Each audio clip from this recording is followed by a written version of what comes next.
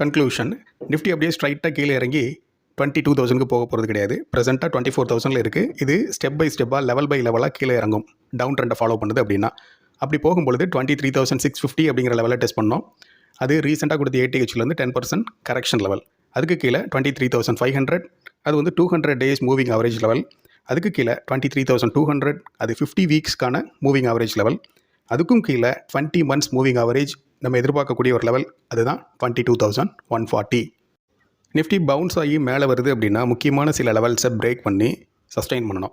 அதில் first level இப்போது 24,500. நம்ம ரீசெண்ட் டேஸில் பார்த்துருப்போம், பலமுறை நிஃப்டி இந்த லெவலை பிரேக் பண்ணுறதுக்கு முயற்சி பண்ணி ஃபெயிலியர் ஆகி கீழே விழுந்திருக்கு. இதுக்கு அடுத்த லெவல் 24,750. அது செகண்ட் லெவலில் ரொம்ப இம்பார்ட்டன்ட் லெவல். புல்ஸ் நான் திரும்ப உள்ளே வர்றேன் அப்படிங்கிறத சொல்கிறதுக்கான ஒரு அறிகுறி அந்த லெவல். ஸோ ரொம்ப இம்பார்ட்டன்ட் லெவல் 24,750. இப்போ மார்க்கெட் பவுன்ஸ் பேக் ஆகி மேலே